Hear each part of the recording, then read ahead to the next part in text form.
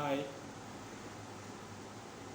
আজি মই এনেকুৱা এটা ইনফৰ্মেশ্যন দিব বিচাৰিছোঁ যে ৰাইজক যে আমাৰ এনেকুৱা এটা বেমাৰ লগত থাকে য'ত ক'বলৈ আমাৰ লাজ লাগে।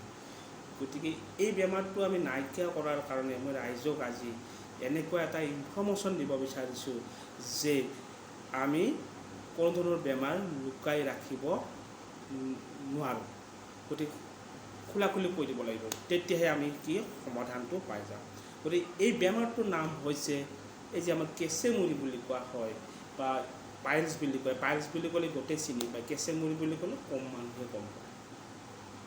গতিকে এই যে কেঁচেমুৰি বা পাইলছ বেমাৰটো যে আছে যে আমাৰ ইয়াত আমাৰ বহিব নোৱাৰি, ভালদৰে বহিব নোৱাৰি, ভালদৰে লেট্ৰিন কৰিব নোৱাৰি, বিষায়, লেট্ৰিন কৰিলে ব্লাড ওলায়, ব্লাড ওলালে মানুহৰ লগত যদি আলোচনা কৰা যায় তেতিয়া ক'ব যে তুমি অপাৰেশ্যন কৰিব লাগিব, ডক্টৰে তোমাক অপাৰেশ্যন কৰি দিব।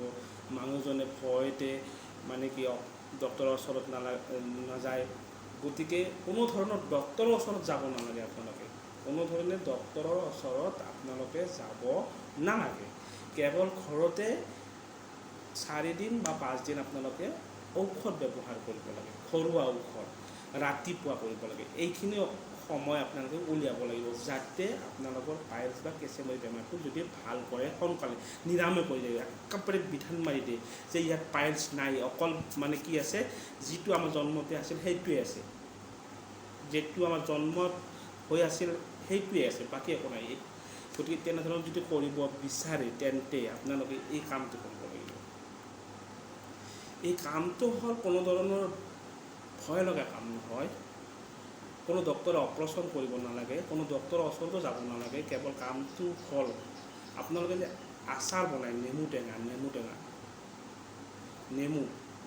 যে আচাৰ বনায়, নেমুৰ গুটি, পুৰণা নেমুৰ গুটি আপোনালোকে 7টা বা 6টা গুটি ওলাই লওক। নতুন হ'লে আপোনালোকে অলপ বেছি ল'ব, 10টামান লৈ ল'ব। পুৰণা গুটি আপোনালোকে পালে 6টা বা 7টা লৈ ল'ব, নতুন হ'লে 10টা 3টা বেছিকৈ লৈ ল'ব। গতিকে এই পুৰণা এই নেমু টেঙাৰ গুটিটো আপোনালোকে ধুনীয়াকৈ বটিব, গুড়ি কৰিব। অৰ্থাৎ আপোনালোকে গুড়া সান্দা যে গুড়ি কৰি ঢেঁকী গুড়ি ঠিক তেনেকৈ গুড়ি কৰিব। গুড়ি কৰি কুহুমীয়া গৰম পানী ল'ব, উতলাই ল'ব, অলপ উতলাই লৈ তাত ঘুটি দিব। ঘুটিতে অকণমান নিমখ পেলাই দিব। নিমখ মানে হ'ল আপোনালোকৰ এই যে ক'লা নিমখ বুলি কয়, অকণমান নিমখ পেলাই দিব, ঘুটি দিব। ঘুটি দিয়াৰ পিছত আপোনালোকে খালী পেটতে কমেও 4 দিন 5 দিন খাই দিব।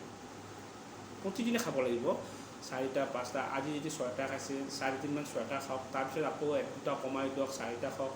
এনেকৈ খাই থাকোঁতে আপোনালোকে যদি 5 দিন 6 দিন বা 7 দিন খাইছে বা 10 দিনো খাইছে, তাৰপিছত আপোনালোকৰ লাহে লাহে মানে কমি যাব গোটেইখিনি বস্তু যে মই কি খালোঁ, যে মোৰ কি নাইকিয়া হ'ল। মই ডক্টৰ তাত গৈছিলোঁ, ডক্টৰে ঔষধ দিছিল, কিন্তু মই সাধাৰণ নেমু টেঙা গুটিকেইটা খাই লোৱাৰ লগে লগে মোৰ যি পাইলছ বা কেঁচেমুৰি ক'ত নাইকিয়া গৈছে, মই যি এনেকৈ পৰিস্থিতি কৰিব পাৰোঁ, মোৰ কোনো ধৰণৰ ব্লাড নোলায় এতিয়া।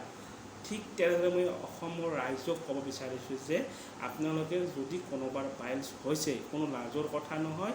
পুৰণা নেমু গুটি আপোনালোকে খাওক, ধুনীয়াকৈ গুড়ি কৰি খাওক আৰু গৰম পানী খাওক, ৰাতিপুৱা খালী পেটত খাই দিয়ক। আৰু আপোনালোকে এবাৰ ট্ৰাই কৰি চাওক, 15 দিন পিছত আপোনালোকে গম পাব যে মই সুস্থ হৈছোঁ, মই আগৰ দৰে হৈছোঁ। গতিকে ৰাইজক মই অনুৰোধ কৰিছোঁ আপোনালোকে এই কামখিনি কৰক। Thank U.